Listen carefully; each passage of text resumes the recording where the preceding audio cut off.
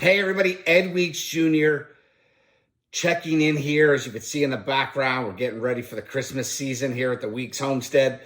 And I really just wanted to drop my final, I can't believe already, my final podcast episode, my final YouTube video for 2024. And what a crazy year it's been. But man, I am super stoked to head into the new year with what I have going on and really finally feel I've merged all of my experience into where I can most help people. And I'm super excited about that. So without any further ado, let's just dive right into it, man. Let's talk about 24. Started the season coming off of a kind of a blah 23 and really have just been fighting to get through post-pandemic with clients.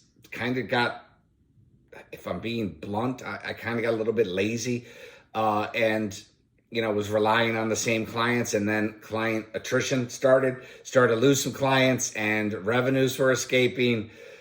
Debt service was through the roof. And you know what? Just decided after a battle, a struggle, looking at 7, almost 8 years of going after it, I said to myself, that's it.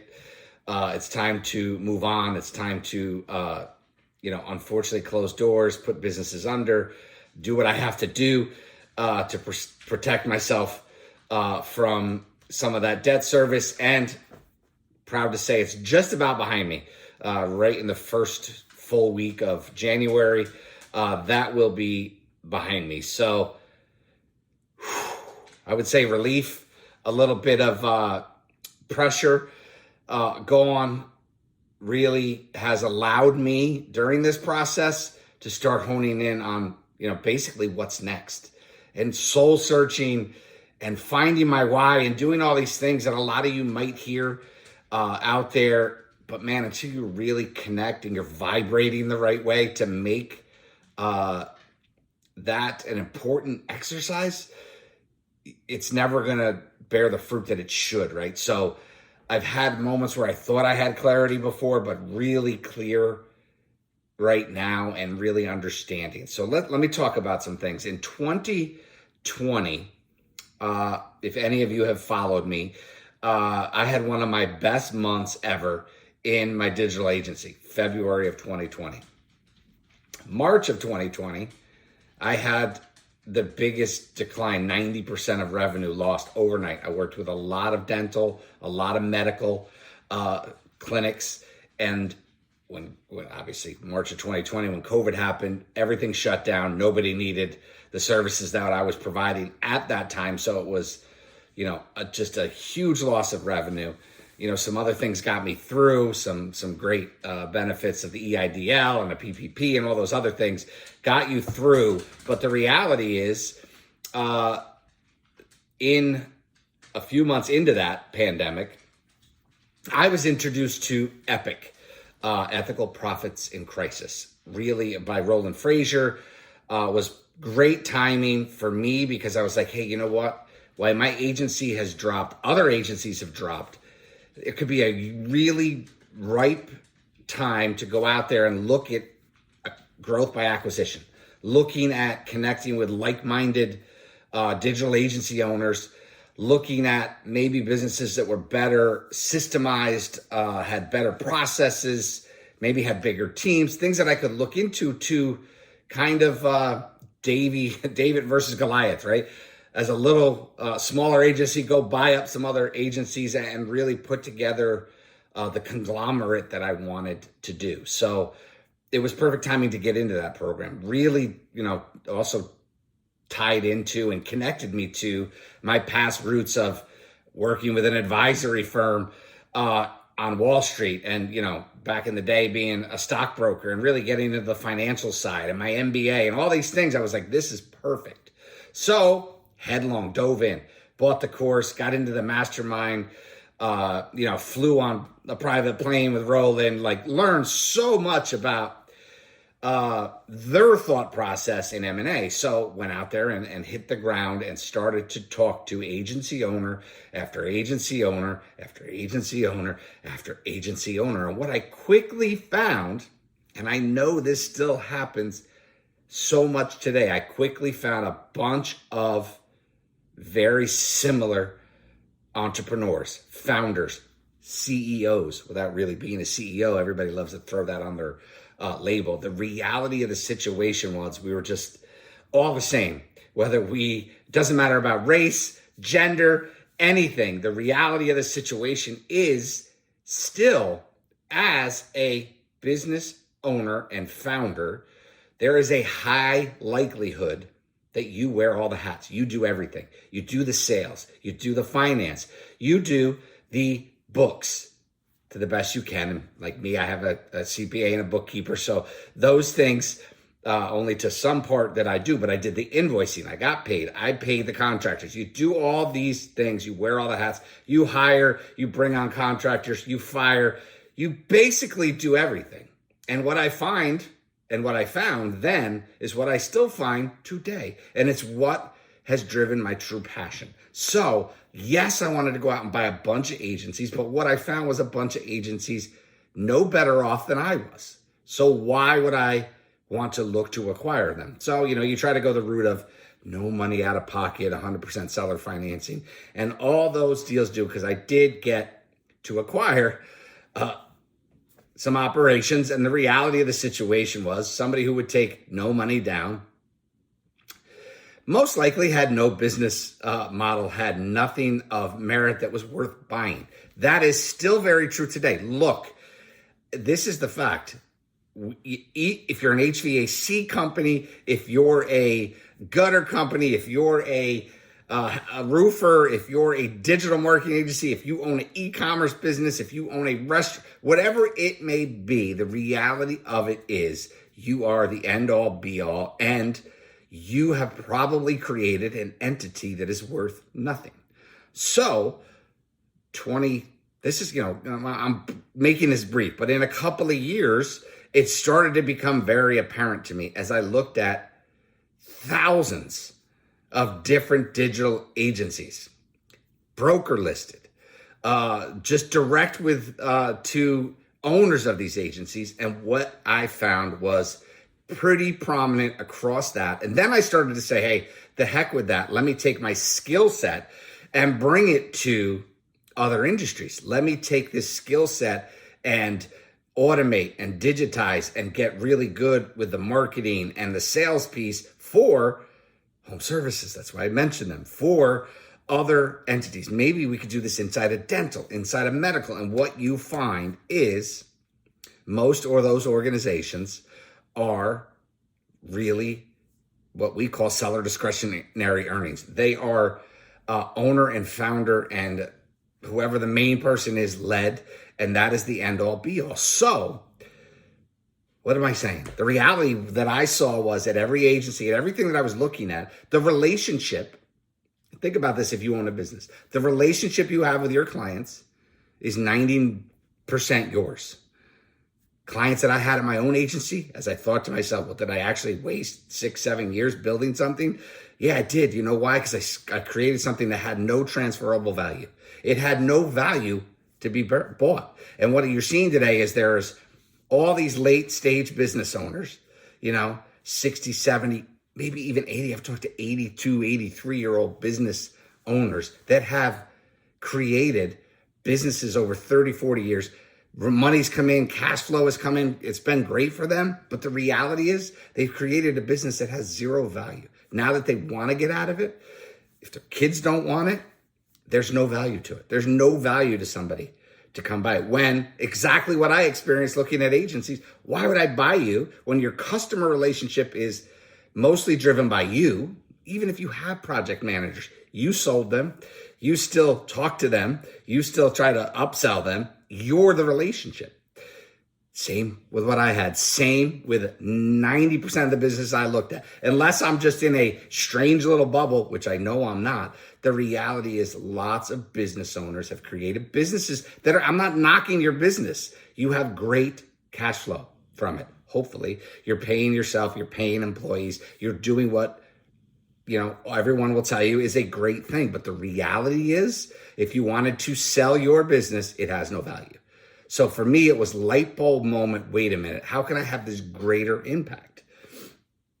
Let me pause on that, because there's a second side to this that makes this piece of it even more enlightening and more passionate from my perspective. And that is the businesses that are lucky enough to have created some kind of systemized SOPs. It's more of a professionally run organization, and they're just driving the ship from above, few and far between, but they are out there. Those are lucky enough to go to exit and go to private equity, and they don't get bought. Why? Well, let's think about this. If you're on the deal team of private equity, whatever firm it may be, your job is to buy assets at the businesses, right? At the best value you can for said private equity fund, family, wherever you are. Your job is to either invest in them or buy them at the best price possible, which sets up a really bad equation for people that want to sell. So oftentimes people are like, I created a business, I am doing 500,000, I'm doing $1 million in earnings. It is professional, it's EBITDA, it's not me, I have a team, wonderful, I want to get 10 million. And they go to somebody and says, cool, we're going to give you 2.5 million, and we're going to give you 80% of that now, and you're going to work for the company for the next 5 years, and all these other ends. And that is the reality of what happens every day. I was just on a call yesterday, which was a great call. I'm not going to mention the names, because if I was told I had to mention them, we'd have to interview those people. But it was really good. It was a couple of really good private equity deal guys and a bigger player who would kind of buy what they were putting together. So the reality of what they were saying was 1% of the deals that they get to the stage of LOI, from the time they look at a deal to origination, email, call, all these things, 1%. 1% of those. And this one place was doing 50 deals a year. That's almost a deal a week. That means they're looking at a ton of businesses, right? What is it? I'm going to do it here. I'm going to take 2 seconds and pull up my calculator. And I believe, if I could still do math, yes, that's 5,000 deals they look at to get through the final process of actually acquisition happening. They do 50. So are you that good? If your business is that good, cool, right? That's awesome. But when I see that as somebody who wanted to buy businesses, somebody who's got a financial background, somebody who's owned a business, somebody who has private equity connections, I say to myself, what a unique opportunity to be able to work with business owners to get them completely ready to exit, completely ready to maximize what they've created. And you can do it. That's the beauty of it. We're working right now with this awesome guy, West Coast, really cool dude. I'm super stoked to work with him to put in his OS, his operating system, to bring, because we started to do playbooks and we start to see and say, holy cow, this guy is every function except CEO. So once we can get all this stuff laid out, understood, utilize the team he has, bring in some hires, we can really move him to that first exit, which is off the org chart. Now he's a real CEO. And then we have to get him off of that. We have to bring in someone who is above. Yeah, this is another problem. Most people who are going to private equity are that CEO, regardless of whatever the hell it is, owner, founder, and you've systemized your business. You're on the top of it. You're still managing it. What's going to happen? You're going to go to private equity, some 25-year-old, beautiful young female, male, is now, with their MBA, is going to tell you how to run your business to optimize it so they can maximize their investment returns. Is that what you want? Is that what you created? The reality of what you want to do is you want to move off of that. You want to take another exit out of that business to be able to be above it. You have somebody in there, and then you can sell that asset for top dollar. That's the goal. That's why I'm excited. And people are like, well, geez, I thought you were running an agency. Yes, I was. I still see another opportunity for my skill set to work with business owners that maybe have these systems in place, but their marketing and their sales are completely out of line or out of control. They're spending all this money. They think it's working. They don't know. So another opportunity to bring my skill set in allows me to be, for lack of a better term, fractional CMO. I think it's more of a growth advisor, business growth advisor.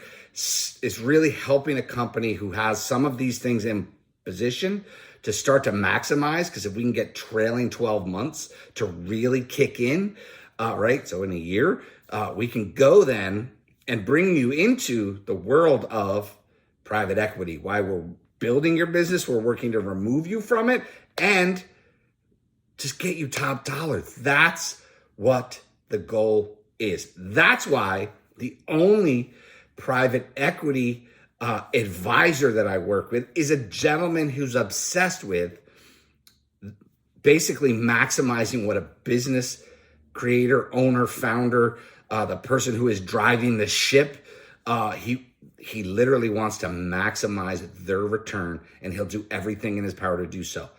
Even if it means 24, 36 months down the road for you to exit, because he understands it. So that's exactly how I am positioning myself. If you're ready to exit now, let us look at it. Let us review it. Let us give you the honest feedback to say, you're leaving a lot on the table. And we have, look, my background is not in business brokering, but my networks background is. That's the beauty of something I'm passionate about, which is who, not how. So moving away from an agency owner, also an e-commerce owner, and into a role of truly growth advisory, to me is super exciting. I can help a lot more businesses. What I plan to do is something I never thought I would say I was going to do. I'm doing a book. I announced that is definite, but I think some of the books in 2025, because I'm going to do more than one, are going to be really based on this role. And I'm going to give away as much value in that as I possibly can, right? Because everybody's not going to be able to afford to work with me. And I'm cool with that, but I want to try to have maximum impact. And if people, can understand some really basic concepts, they can get a better shot at maximizing. Then, this is another piece that I love. When you go to exit, it's a success fee. So if you actually sell, then the parties that I bring to the table will be paid accordingly. So if you're looking to get to the point where you have the systems and all these other things, that is, there's cost to that. So the reality is there's multiple ways to work with me. All of them bring more value than you literally pay. There's no question. So let me just give you an example on that. I know I've been talking for 18 minutes, but I'm trying to get to the point of the passion, and what I see now is from my own experience over the last few years. It's from my own experience over the last 33 years. It's mind-boggling to me. 30 plus sits much better as I say it. 30 plus years of experience in a lot of different roles. It's allowed me to really have a full Swiss Army of abilities when I look and talk to business owners. I love it. Look, there's a lot of what we do is just conversation and free, and the people that we align with, is only a couple of handfuls. It's not thousands, but through the book, through some free stuff that we're going to do, through webinars, through courses that are going to be very low cost, if any, that is just going to be stuff that can make you better, but you have to invest your time, right? So all that being said, look, I hope you have a absolutely amazing end to your year. Merry Christmas, Happy New Year, Happy Hanukkah, Happy Kwanzaa. If you're celebrating these things, I celebrate Christmas, so it's Merry Christmas. Happy New Year again. Blessed in getting to where I am today. Very grateful for a lot of the opportunities that I have had.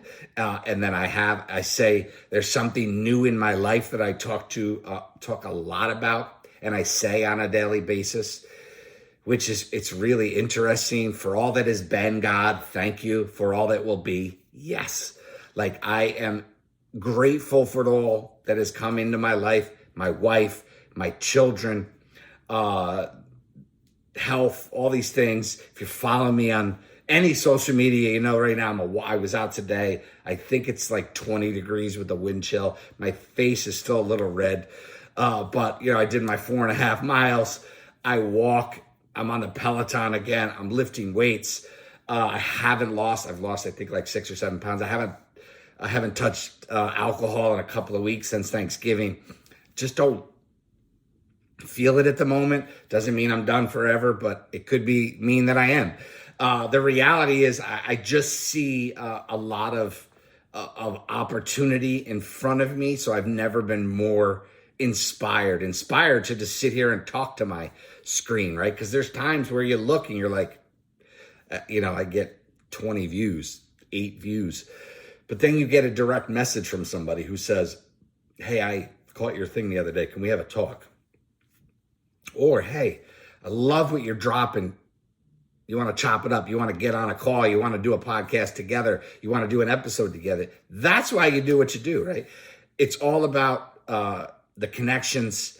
I say yes to it because I'm excited about where this path is taking me, who I'm going down these paths with. The people around me are just amazing, next level to me. Look up to them, excited to be around them. A lot of passion. A lot of us the same kind of journey. You go down a lot of different turns, a lot of different paths, and you know what? You just keep going and building. I don't knock anyone who still remains in the digital marketing game. I just don't see it as a good future. AI is going to eat your lunch. There's no question. I can do SEO with an AI tool that people charge thousands of dollars a month for. When that is into the main mix, do you really need to hire an SEO firm? And the answer is no. And how relevant is SEO? I don't use Google anymore. I use YouTube. Yeah, absolutely. I will search on YouTube. So SEO is important on that. And believe me, I get hit up 30 times a month from somebody out of the Middle East that's going to help me rank on YouTube. And I give them all the same challenge. Show me what to do exactly. Tell me exactly what you would do on this video. Let me put all that stuff in. When it works, I'll hire you. If it doesn't, you wasted 10, 15, 20 minutes of your life to tell me what to do. And it didn't work, which means you suck at what you do. Prove it. Like, you can't. Today, I'm all about proof. I don't know about you. I'm sorry. I just feel like talking. It's the end of the year, so lay it out there. Again, main point of this was the new direction, the focus going forward, working with a lot of businesses, or I shouldn't say a lot, with the business owners that align with the vision and understand the value that is brought to the table. It's immense and it's easy to show and understand. But, I really want to talk about other things like LinkedIn, right? LinkedIn, do this, do that, do this. You're going to be there. What I find on LinkedIn is I get the same thing, 20 to 30 messages a month about somebody who's going to help me scale whatever it is they think I do. Coaching, clients,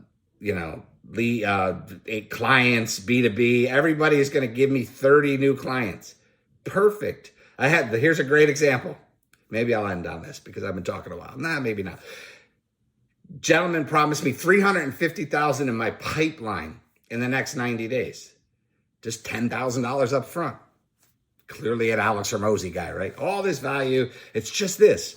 Okay, great. Here's the deal. I'll give you 20% of that pipeline when it closes instead of just 10 grand. You have the opportunity to make 70,000, not 10. And then I'll hire you. Chirp, chirp, chirp. Never hear from the guy again. People are full of crap, right? The negative side of $100 million leads and $100 million offers is People promise everything, but can't deliver a damn thing. That's the reality. That is another reason why digital marketing is a very difficult space. There's so much bullshit. People are lying with these false claims, and they're creating false reviews and doing all this stuff, and they can't deliver. I know it. I've spent probably close to $100,000 over the course of those 6-7 years inside of my agency on outsourced lead gen services. And you know what they netted me? Zilch. Not one damn penny, not one client came from anybody who promised to do me lead gen. And then you think to yourself, why were you hiring people to do lead gen? Didn't you do that? I did it B2C. I did it business to consumer. Much easier. It's much easier to drive somebody to a dental office for implants or to an erectile dysfunction clinic because their damn penis ain't working anymore. Much easier to do than driving a business owner to an offering to be their digital marketing department. So why not position yourself like I am doing to help with a business now where you are the fractional CMO for a smaller business, but a good business. They just don't have a marketing department. But they market. They do marketing. They do these things. They're wasting money on outdated practices, and you can help them save money by hiring you. Think about it. It's such a brain dead opportunity. And I know there's fractional CMO, and I'm not telling you to go pay $10,000. Just use AI to come up with the ways that you can help being a fractional executive in marketing for small business owners. Like, think, people, think. You don't need a $10,000 course. You want to buy businesses, go find a really good M&A place. Private equity. Look at what they do, find out a way that you can do something they're not, and move up the chain. Don't buy the courses that I bought. Don't go into the masterminds. A lot of it is bullshit. A lot of it is the same. I'm just going to put it out there. Going into the new year, do not invest in Cody Sanchez, Carl Allen, Roland Frazier, any one of these other people that are out there, Grant Cardone, Cardone Ventures. They are all doing the same. Ty Lopez, who's somebody who taught me how to do SMMA. The reality is they're all trying to capture this big transition of business wealth from the aging out baby boomers and buy these businesses for no money down and no money out of pocket. Bullshit, brother. Bullshit. First off, those companies aren't worth it if they don't have systems in place. You don't know how to do that. You're wasting your time. I can go on and on and on for that. I'm just telling you, don't waste your money. Literally start to utilize YouTube. Teach yourself. If you want to do this, teach yourself. Go to some of these places where you can get, there's some great places that you can Google that you can just, teach yourself how to be a better business buy businesses. There's value, but there's so many places that I get hit with them all, right? And I've been in some of them. So what I'm trying to explain to you is that now, just again, I'm going to say it the way it is. Now I look at it, there's people that were in class with me that have never bought a godforsaken business. And if they did, maybe it was one and it sucked. And now they're teaching other people how to do these stuff. Come on. Like, the value of that stuff is nonsense. There's a guy that I follow on Twitter that destroys Alex and Layla Hormozi. Okay, Alex and Layla, they're successful. It's not if you're that type of person, you're not my type of person, right? I get some value of what he puts out there, but I can't deal with a guy who's like, got the nose strip on, his look, worked out. His wife sounds like she smokes 50 packs of cigarettes, makeup. It's just not my thing, right? It's so Jersey, and I'm from New York. And if you know the difference, you understand. But the reality is that the downside of what they do is they want you to go live with 20 people and make no money and do all these things because they want you to become robots like they are. They are obsessed with one thing, money. Someday they're going to wake up and say, it wasn't worth it. That doesn't mean I wouldn't give them $5,000 to go see them. I wouldn't give them equity in my business, because you can make a really good living and a really good exit. You can sell a business if you just put your head down, do it. Maybe align. Maybe you're ready to align somebody like myself on my team where we can help you cut that time to exit way down. We can bring you immense value in, a 6-month time frame, and then start to align you with the right people to have you exit. That's, to me, the big miss, right? Business brokers are a joke. Like, if you use a business broker and you want to sell your business, you get everything you deserve. That's like just listing your house with a real estate agent.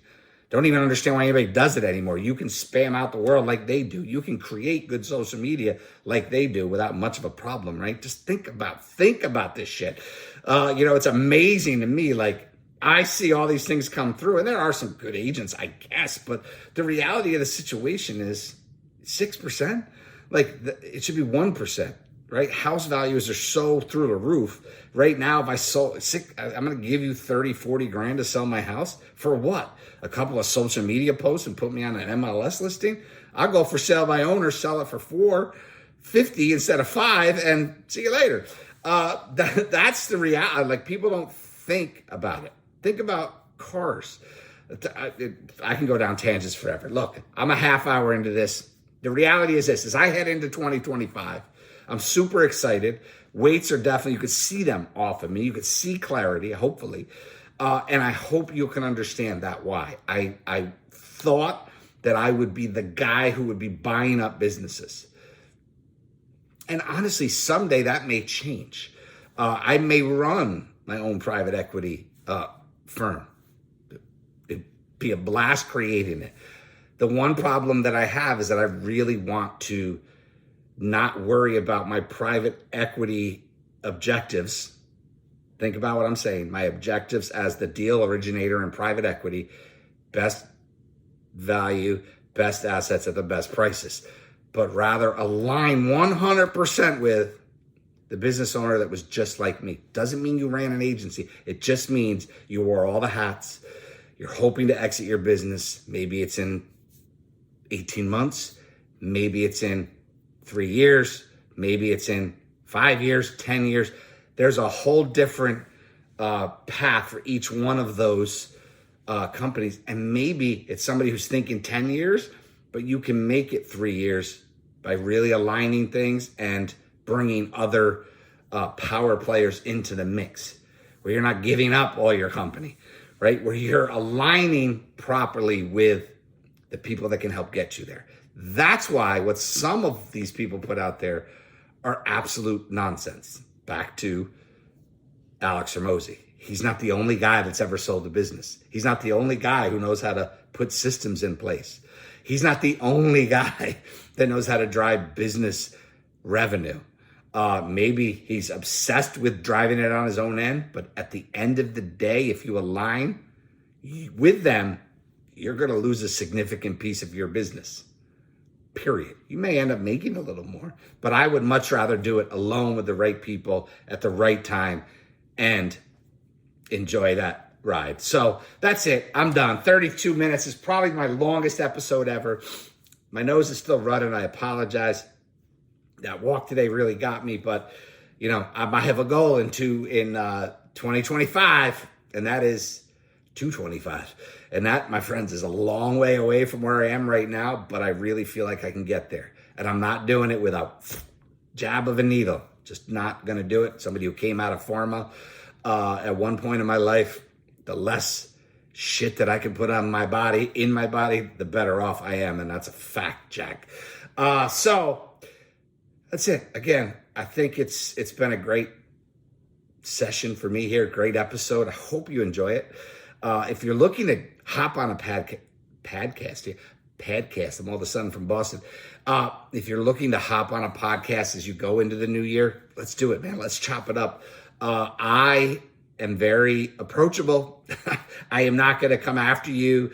I want to promote, support, help any way I can. If something in here was like, wait a minute, that mofo said something about private equity that I don't like, cool, let's get on here and chat about it. Or let's just talk about it in a meeting together and then figure out how we can say, hey, you're different.